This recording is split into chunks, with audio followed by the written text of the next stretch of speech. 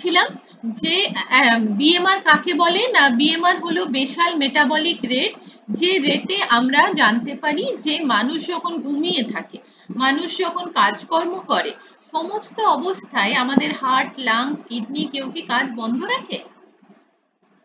রাখে না। কারণ বেসাল মেটাবলিক রেটের মাধ্যমে সমস্ত জিনিসের কিন্তু একটা সাবজেক্টের তার বডিতে কি হতে থাকে, সমস্ত কাজকর্ম হতে থাকে। তার বডি কিন্তু, তুই খা বা না খা, তোর বডি কিন্তু হিট প্রোডাকশন করছে, তোর বডি তোকে এনার্জি প্রোভাইড করছে। যখন এক্সট্রিম পর্যায়ে চলে যাবি, দীর্ঘদিন অভুক্ত আছিস, খেতে মানে খাচ্ছিস না, হ্যাঁ, যারা এই যে অনশনে বসছে লাগাতার, তারা কি হচ্ছে, অসুস্থ হয়ে যাচ্ছে, হসপিটালাইজড হচ্ছে, সেলাইন চলছে। তাহলে বডিতে যতক্ষণ গ্লাইকোজেন স্টোর আছে, বডি ততক্ষণ তোকে এনার্জি সাপ্লাই দিতে থাকবে। আমি প্রোটিন, বডির যা তোর যত মাসেল মাস আছে, প্রোটিন ভেঙে গ্লাইকোজেনে কনভার্ট হয়ে তারা কিন্তু কি করতে থাকবে, এনার্জি রিলিজ করতে থাকবে। তাহলে যতক্ষণ বডি পারবে ততক্ষণ তোকে বডি চালিয়ে যাবে। যখন একদম আর থাকবে না, ফুয়েল শেষ হয়ে যাবে, তখন আমরা নিস্তেজ হয়ে পড়বো, তাই না? এই জন্য কি বলে, মানুষ যতদিন বাঁচবে ততদিন খাবে, খাওয়া বন্ধ মানেই মানুষ শেষ। বোঝা গেছে? আচ্ছা, দেন আমরা কি বলছি, যে এই যে ফর্মুলাটা আমরা দেখতে পাচ্ছি, যে the body surface area of an average adult is also about 1.8 squares and can be calculated from the following formula by Du Bois formula. খুব ইম্পর্টেন্ট Du Bois formula। তখন আমি বললাম যে যখন অঙ্ক পড়ে না, এইরকম অঙ্ক পড়ে, তখন ক্যালকুলেশন করতে হয়। এখন তো অঙ্ক আসে না, বছর 2-3 হলো অঙ্ক আর দেওয়া হয় না, কারণ ছানারা করতে পারে না। তো সেই কারণে আর কোনো অঙ্ক পড়ে না, তোদের ম্যাক্সিমাম ক্ষেত্রে কোশ্চেনই পড়ে। তো S সমান 0.0071 ইন্টু ওয়েট 0.425 ইন্টু হাইট 0.725। তাহলে S সমান কি, body surface area in square metre. মুখস্থ রাখবি ডু বয়েসের ফর্মুলা, ডায়েট চার্টের সময় কাজে লাগবে। ওয়েট হলো বডি ওয়েট ইন কেজি, আর হাইট হলো বডি হাইট ইন সেন্টিমিটার। ঠিক আছে, এই হলো ডু বয়েসের ফর্মুলা। এবার আমরা দেখব যে বিএমআর, এটা খুব ইম্পর্টেন্ট কোয়েশ্চেন, একটা ওই 3 নাম্বার বা 4 নাম্বারের কোয়েশ্চেন আসবেই পরীক্ষায়। ফ্যাক্টর অ্যাফেক্টিং বিএমআর বা রেগুলেশন অফ বিএমআর, কোন কোন ফ্যাক্টর বিএমআর কে প্রভাবিত করে? এটা ক্লাস এইচএস এ মনে হয় পড়ে এসেছিস, একটু বল তো শুনি।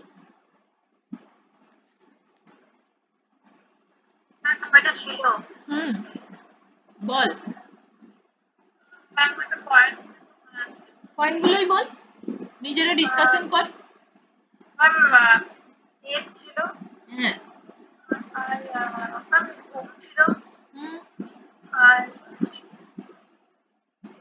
age, sex, body surface area, habit, state of nutrition, climate, body temperature, pregnancy and drugs and hormones, physical state, এতগুলো পয়েন্ট ছিল।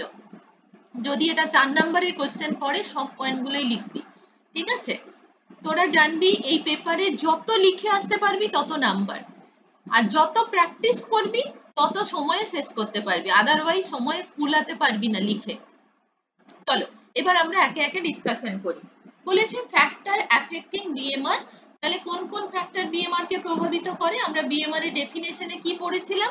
প্রথমেই আমরা দেখেছিলাম যে এটা হিট প্রোডাকশন করছে মানুষের শরীরে, ঘুমন্ত অবস্থাতেও করে, জাগা অবস্থাতেও করে। মানুষ যখন কাজকর্ম করে তখনও করে, আবার যখন সে 12 থেকে 18 ঘন্টা খাবার পরে মেনলি বেসাল মেটাবলিক রেট কাজ করতে শুরু করে। এটা প্রতি বডি সারফেস এরিয়ার স্কোয়ার মিটারে ক্যালকুলেশন হয়। এই গেল এর ডেফিনেশন।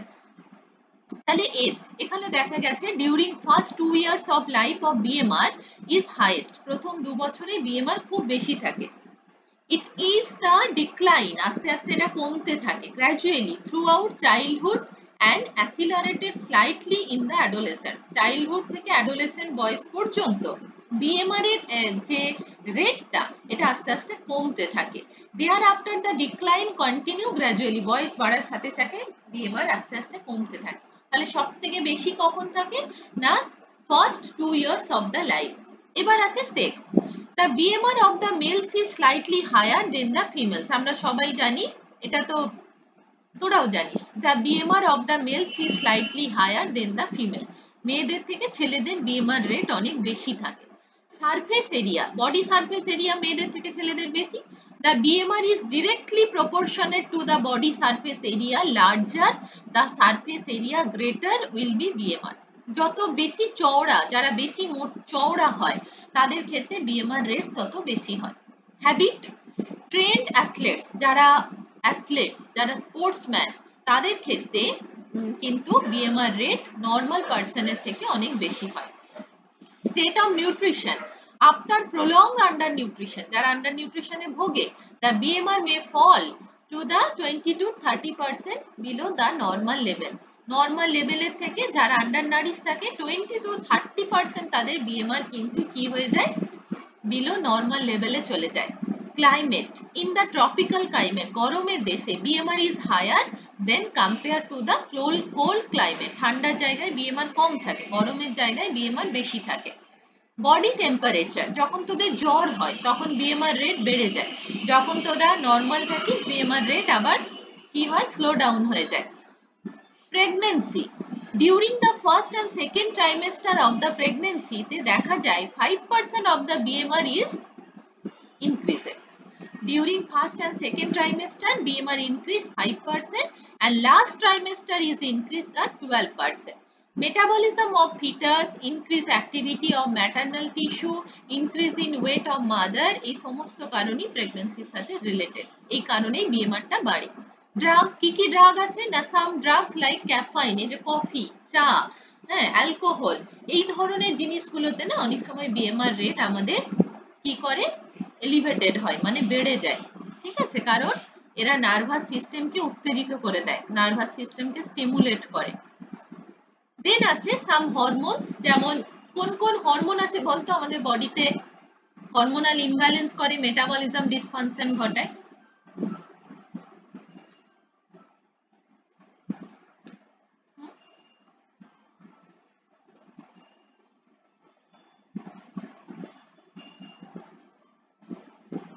বল, প্রেগন্যান্সি পড়াতে পড়াতে তো বলছিলাম না কলেজে ক্লাসে, কোন কোন হরমোন আছে যেগুলো ম্যাটারনাল, যখন প্রেগনেন্ট থাকে মা তখনও খুব ক্ষতিগ্রস্ত এবং সেই হরমোনগুলো মেটাবলিজম সিস্টেমকে হ্যাম্পার করে বা এলিভেটেড করে বা স্লো ডাউন করে। কোন hormone? Thyroid gland, hypothyroidism or hyperthyroidism, দুজনেই খারাপ।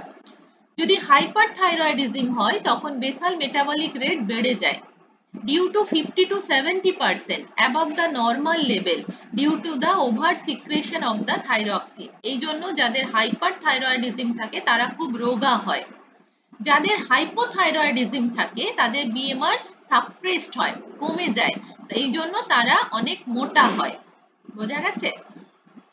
এছাড়া কিছু গ্রোথ হরমোন আছে, যেমন গ্রোথ হরমোনের মধ্যে আছে তোর এসটিএইচ, মানে এসটিএইচ এর ফুল ফর্ম কি, somatotrophic hormone. ACTH, adrenocorticotrophic hormone. এই হরমোনগুলো আমরা যে বাড়ন্ত বয়সে এদের গ্রোথ, এরা অনেক বেশি ক্ষরণ হয় এবং আমরা দৈর্ঘ্যে আস্তে আস্তে বাড়তে থাকি, তাই না? তো এই হরমোনগুলো কিন্তু কি হয়, বিএমআর রেটকে ইনক্রিজ করে।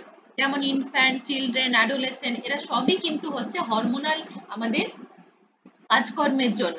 যদি গ্রোথ হরমোন বন্ধ হয়ে যায় তাহলে একটা মানুষ তার বয়সের সাপেক্ষে বাড়তে পারবে না, তাকে বামনত্ব বলে, বলে না বামন, জোকার, যেগুলো তোরা বিভিন্ন সার্কাসে দেখতে পাস, বয়স অনেক দেখবি তাদের উচ্চতা বাড়ে, তাই না?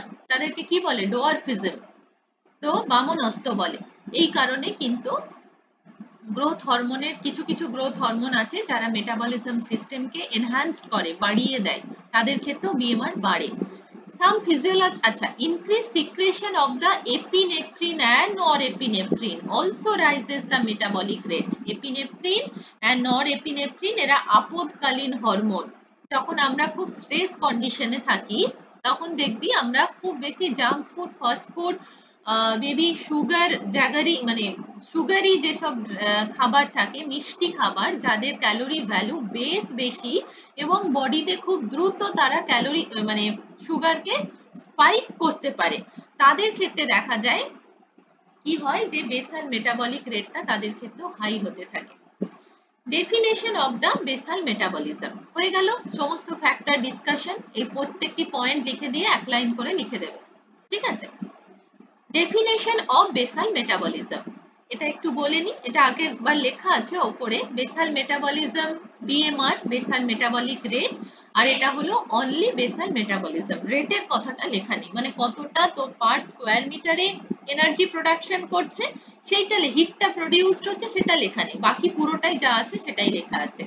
The basal metabolism may be defined as the amount of heat given out by the subject through awake is lying in the state of maximum physical and mental rest under comfortable condition of temperature, pressure and humidity 12 to 18 hours after meal. এই গেল basal metabolism. আর ওটা ছিল rate, যেখানে per square মিটারে আমরা দেখতে পেয়েছি ছেলে এবং মেয়ের কতটা এনার্জি লাগে, সেটা গেছিল আমাদের রেটের কথা। আর এটা হলো অনলি বেসাল মেটাবলিজম। কোশ্চেন কিন্তু এরকমও করতে পারে, এখানে যদি রেট না লেখা থাকে তাহলে ওইটুকু কথা একটা, ওই যে লাস্ট লাইনটা মেনশন করবি না, এখানে থেমে যাবি।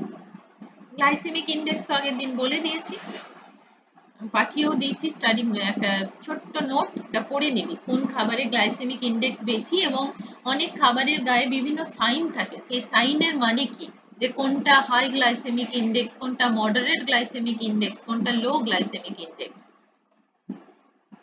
আচ্ছা, এটা থেকে আর যেটা বলার আছে আরডিএ, এইটুকু ক্লিয়ার হলো যা পড়ালাম?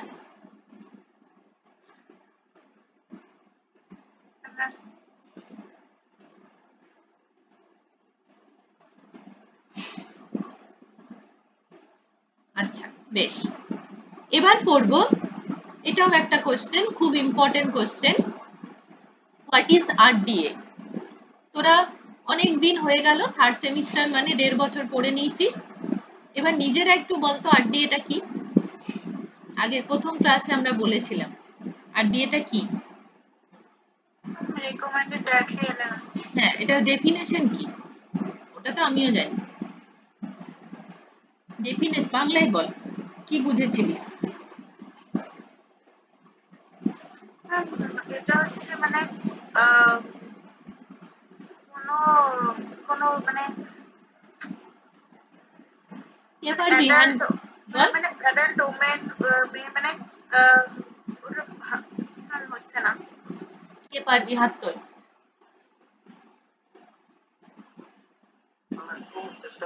হ্যাঁ অবশ্যই, একটু জোরে বলতো সুজন, শুনতে পাচ্ছি না।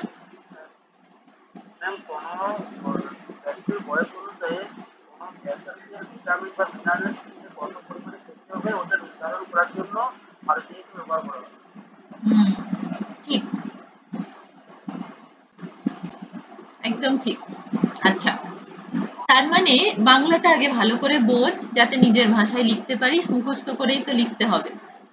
RDA is defined, RDA বলছে as the average daily dietary intake, ব্র্যাকেটের ভিতর লিখবি অ্যাভারেজের এ, ডি তে ডি আর এই ডি তে ডি, তাহলে এ ডি ডি ব্র্যাকেটের ভেতর লিখবি, এই যে অ্যাভারেজ ডেইলি ডায়েটারি ইনটেক ব্র্যাকেটের ভেতর A D D I bracket close, level that is sufficient to meet the nutritional requirement, যেটা তোর বডির ক্ষেত্রে যতটুকু নিড, তোর বডি যতটা দরকার ততটাই তুই খাবার খাবি।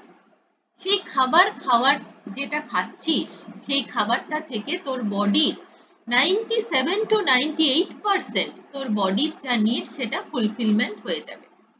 অ্যান্ড হেলদি ইন্ডিভিজুয়ালস মানে যাতে তুই সুস্থ সবল হয়ে বাঁচতে পারিস ইন এ পার্টিকুলার লাইফ, যে বয়স এখন তোর আছে এবং ভবিষ্যতে যখন তুই আরো বড় হবি, সেই বিভিন্ন কন্ডিশনে, যখন যে কন্ডিশনটায় বিলং করবি সেই কন্ডিশন অনুযায়ী কতটা খাবার খেলে তুই সুস্থ থাকবি, তোর বডি সুস্থভাবে লিড করতে পারবে, সেটাকেই বলা হচ্ছে আরডিএ।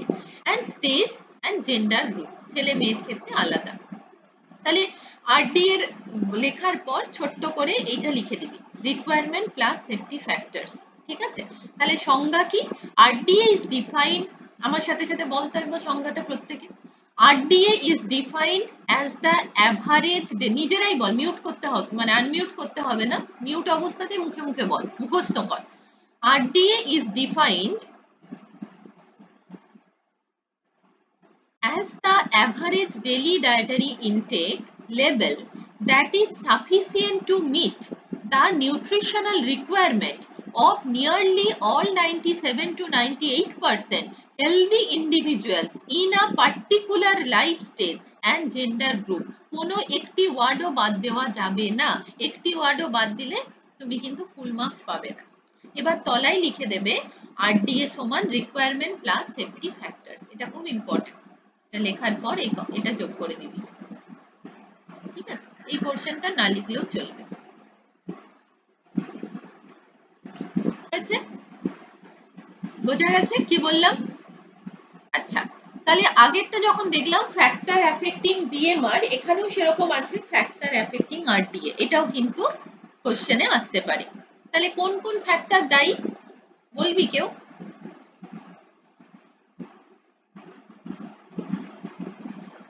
পারবি?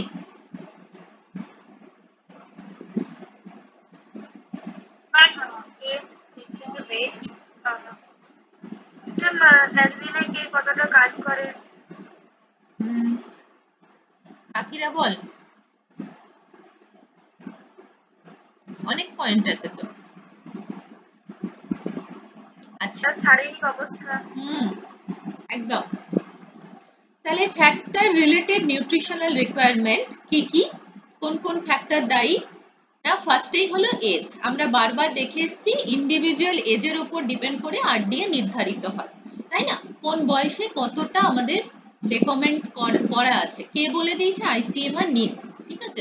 তারা বলে দিয়েছে সায়েন্টিস্টরা যে কোন বয়সে কতটা আমাদের এনার্জি, কার্বোহাইড্রেট, প্রোটিন, ফ্যাট, মাইক্রোনিউট্রিয়েন্টের দরকার। এবার আছে সেক্স।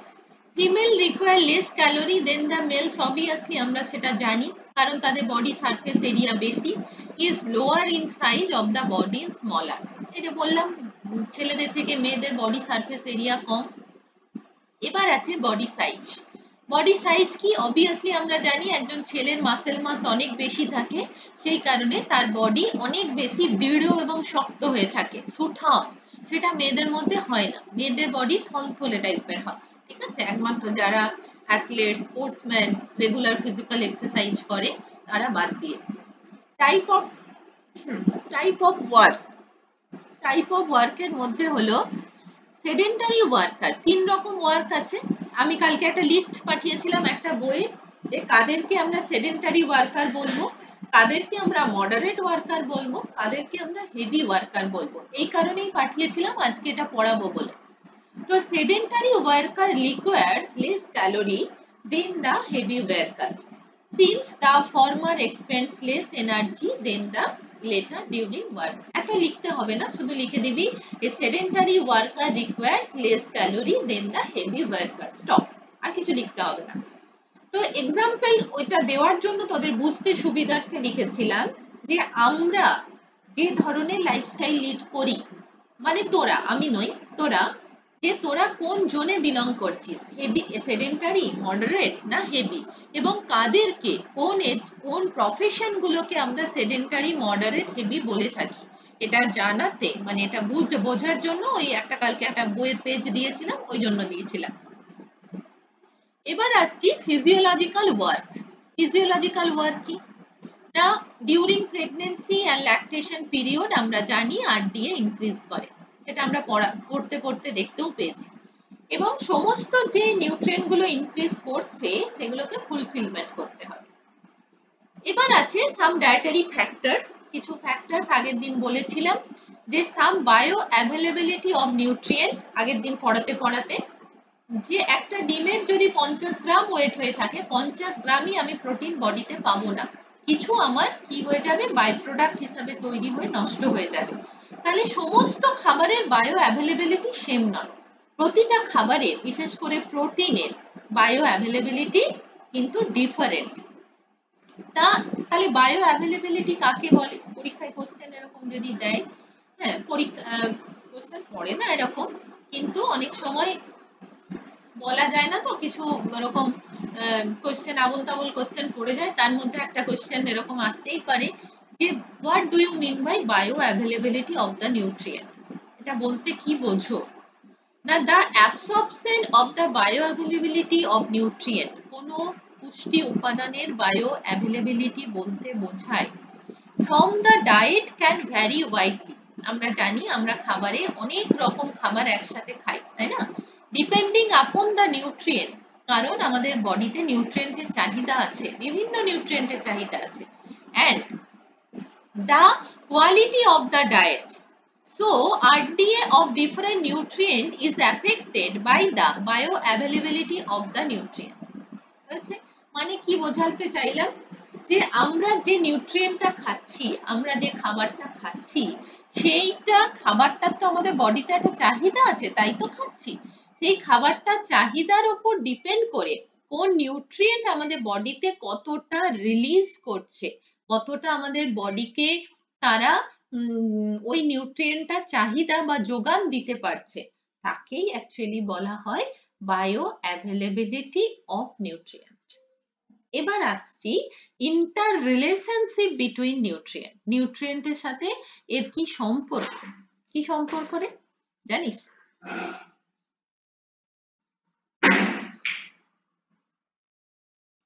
বল কি সম্পর্ক?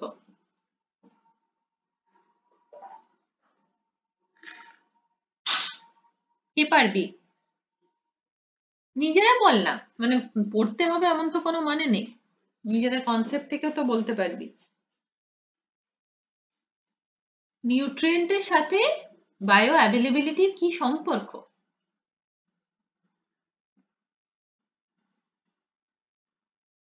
বল। আচ্ছা, বলেছে এটার সাথে একটা ক্লোজ রিলেশন আছে। ধর সাপোজ একটা এক্সাম্পল দিই, তুই লেবু খাচ্ছিস, লেবুটা গাছ থেকে পেড়ে সাথে সাথে ছাড়িয়ে খাচ্ছিস, তার যে নিউট্রিয়েন্ট কোয়ালিটি, একটা লেবু এনে 7-10 দিন তুই বাড়িতে রেখে দিয়েছিস, শুকিয়ে গেছে লেবুটা, তারপর তুই খাচ্ছিস, দুটো জিনিস কি সেম? দুটো থেকে সেম নিউট্রিয়েন্ট পাবি না। এটাই হলো interrelationship between the nutrient. বোঝা গেছে? এবার আসছি application or uses of RDA. RDA এর অ্যাপ্লিকেশন কি, কোথায় কোথায় ইউজ হয় না? ফার্স্ট পয়েন্ট হলো to evaluate the adequacy of food intake in relation to nutritional needs. To বাংলায় কি বলে? টু ইভালুয়েট মানে নির্ধারণ করছে, adequacy of food intake in relation of nutritional needs মানে তোমার বডিতে কতটা নিউট্রিয়েন্টের চাহিদা লাগছে, কতটা দরকার, সেটাকে ইভালুয়েট করছে। টু প্রোভাইড ডায়েটারি গাইডলাইন্স, আমরা সবকিছুর একটা dietary guidelines pi for healthy living individuals and group and the formulate balance diet. যে কোনো কিছুতে আমরা বারবার একটা কথাই বলি যে কোনো ডায়েটই আমরা খাবো না শুধু আমরা ব্যালেন্স ডায়েট, সমস্ত যতবার খাবো আমরা চেষ্টা করব সেটা যেন ব্যালেন্স ডায়েট হয়, এটা ডায়েটারি গাইডলাইন্সে বলা আছে, মানে শ্রী গোপালায়ন যদি বইটা কিনিস সেখানে বলা আছে। To assess the adequacy of national food supplies and to plan for food production, both the terms of quality and quantity. ধর রেশনে খাবার, তাই তো? রেশনে, সেই রেশনে একটা মানুষের জন্য একটা কতটা তাকে চাল দেবে, কতটা গম দেবে, কতটা চিনি দেবে, কতটা আটা দেবে, এটা বরাদ্দ করে দেওয়া থাকে। এবার এপিএল যারা, আর বিপিএল, আর এখন অন্তর্দয় যোজনা, এই তিনটে জিনিস চলছে, তাই না? এই তিনটে হলো grading of the socio economic condition, যে তুমি কোন সোশিও ইকোনমিক কন্ডিশনে বিলং করছো, তোমার বডি নিডস কেমন, তুমি কোন ধরনের ওয়ার্কার, তার উপর ডিপেন্ড করে রেশনে, যেটাকে public service system PDS public distribution system বলে, সেখানে নির্ধারণ করে দেওয়া থাকে যে কার ক্ষেত্রে কতটা তাকে চাল ডাল চিনি গভর্নমেন্ট দেবে। To develop nutrition education programme, এই যে মিড ডে মিল, আইসিডিএস, এই প্রোগ্রামগুলো কিন্তু এখান থেকে ডেভেলপ করে যে একটা 3 বছরের বাচ্চার কতটা নিউট্রিয়েন্টের চাহিদা, কতটা ক্যালোরি প্রোটিন ফ্যাটের চাহিদা আছে।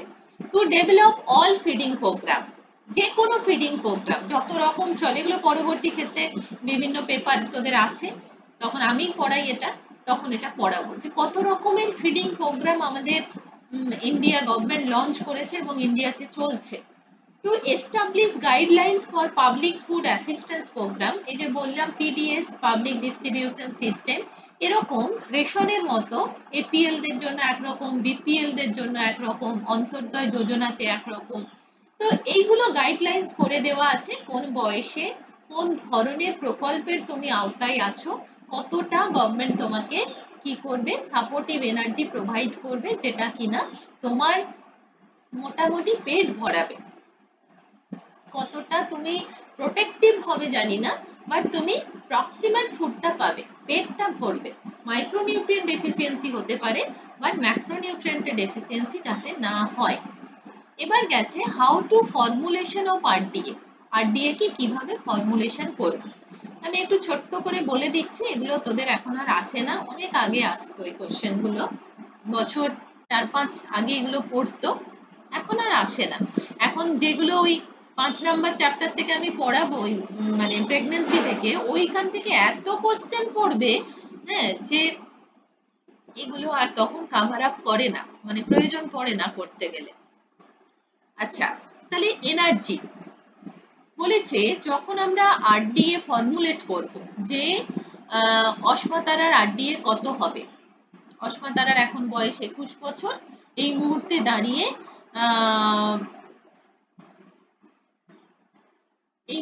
দাঁড়িয়ে অশ্মাতারা কতটা কার্বোহাইড্রেট প্রোটিন ফ্যাট লাগবে সেইটা আমরা নির্ধারণ করব। কিভাবে নির্ধারণ করব?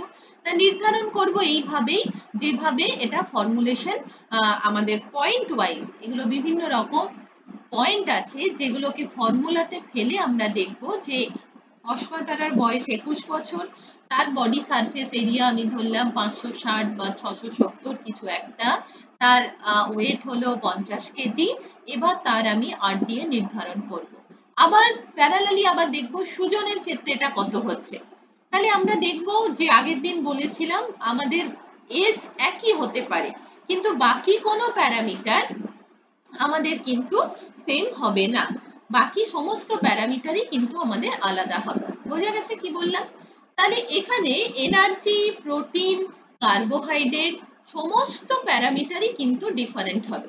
শুধুমাত্র তোরা প্রোটিনের ক্ষেত্রে যে জিনিসটা জেনে রাখবি, এটাই সবার আগে কাজে লাগে, কার্বোহাইড্রেট লাগে না, এনার্জির জন্য আলাদা ফর্মুলা আছে সেটা আমি শিখিয়ে দেবো, কিন্তু এটার জন্য প্রোটিনটা খুব ইম্পর্টেন্ট।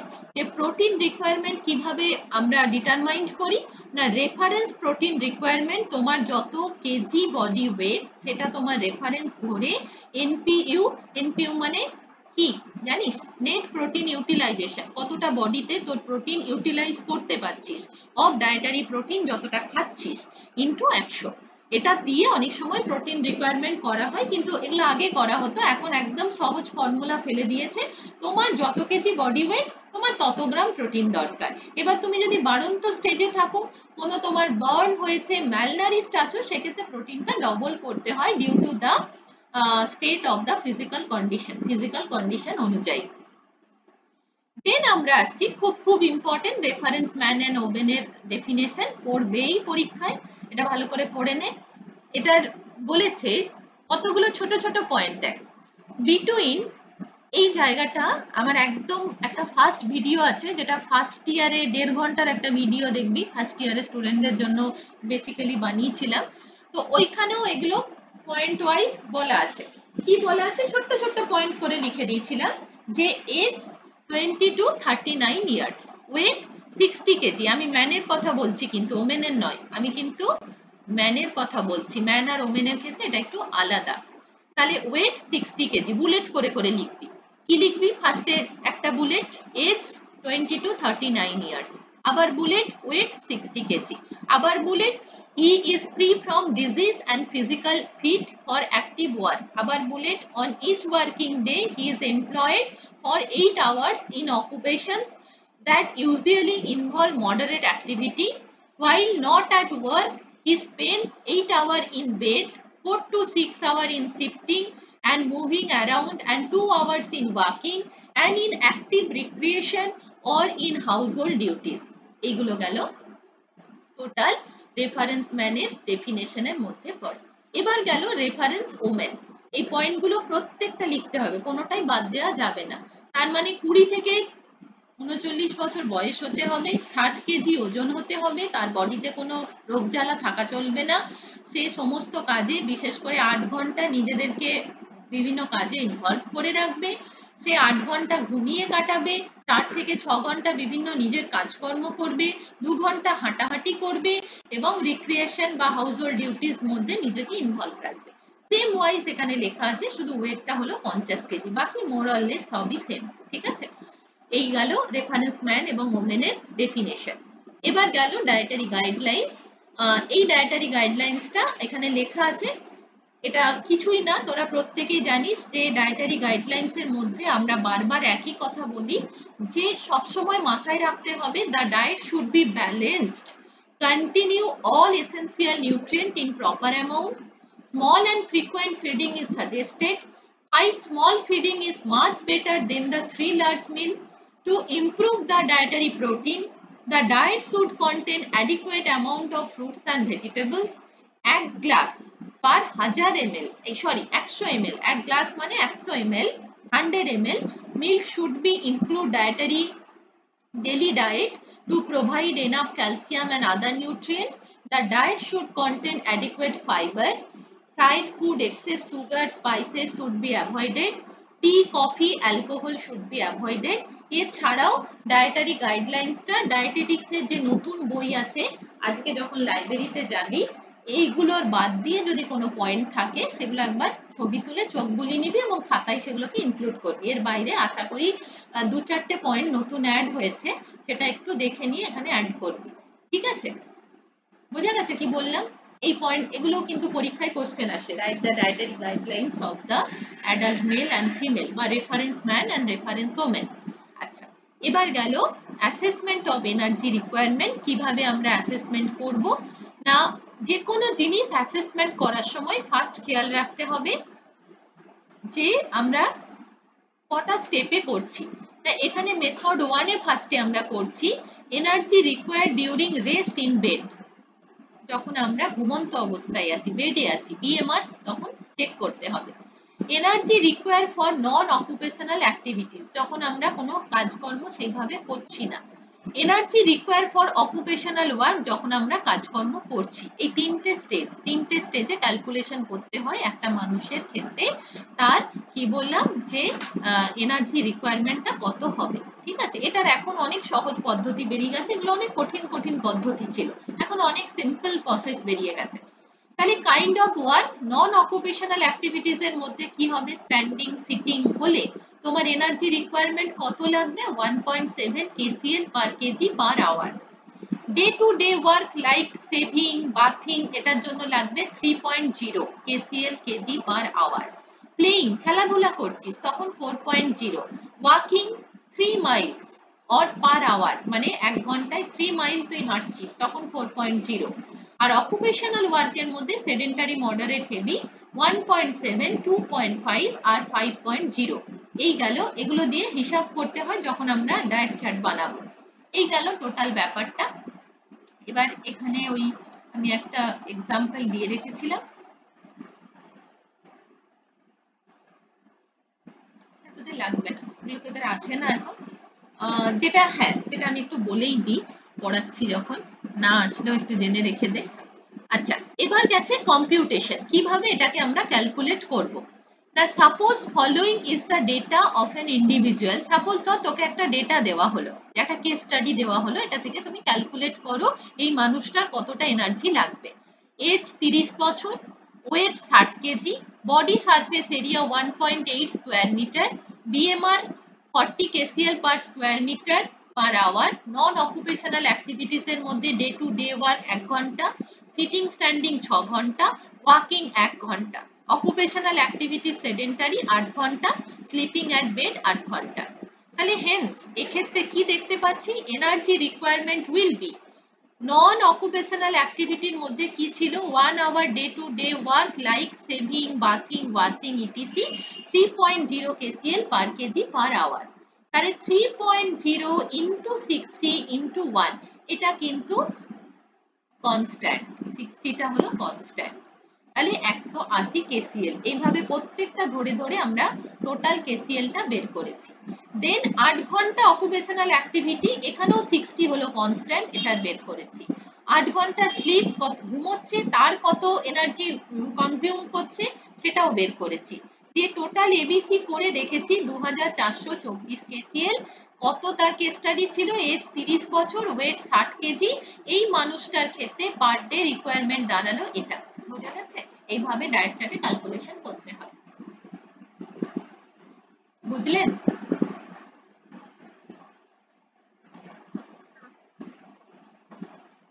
এইটুকু বোঝা গেছে? এটার প্রসেস এখন অনেক সহজ, এগুলো আর লাগে না। ঠিক আছে, আগে আমি এগুলো দিয়ে শেখাতাম, মানে আজ থেকে 10 বছর আগে শেখাতাম, কিন্তু এই পদ্ধতিগুলো থেকেই আজকের যে মানে ডেভেলপ করেছে সেগুলো মানে আস্তে আস্তে এসছে, একদিনে তো আসেনি। আগে এইভাবে মানে আমরা যখন ডায়েট চার্ট করেছি এত ক্যালকুলেশন করে ডায়েট চার্ট করতে হতো, এখন খুব ইজি প্রসেস। বেশ, এবার একটুখানি এটা মুখস্থ করে রাখবি যে সিইউ ইউনিট বলতে বোঝায় কনজাম্পশন ইউনিট। 1 কনজাম্পশন ইউনিট সমান কত কেসিএল জানিস? না জানিস না? কেউ জানিস না? এটা কিন্তু আমি একদিন বলে দিয়েছিলাম। 1 consumption unit সমান how much KCl? দেখ না মনে করতে পারিস কিনা।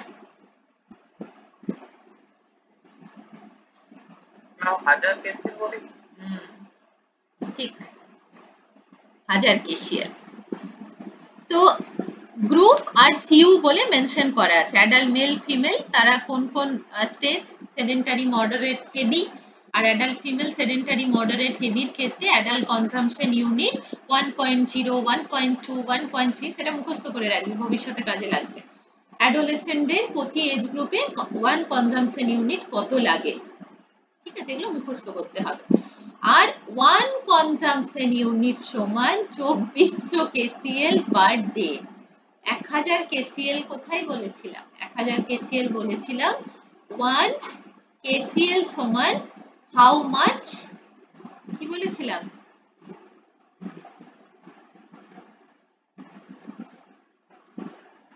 কি বলেছিলাম? বল বল।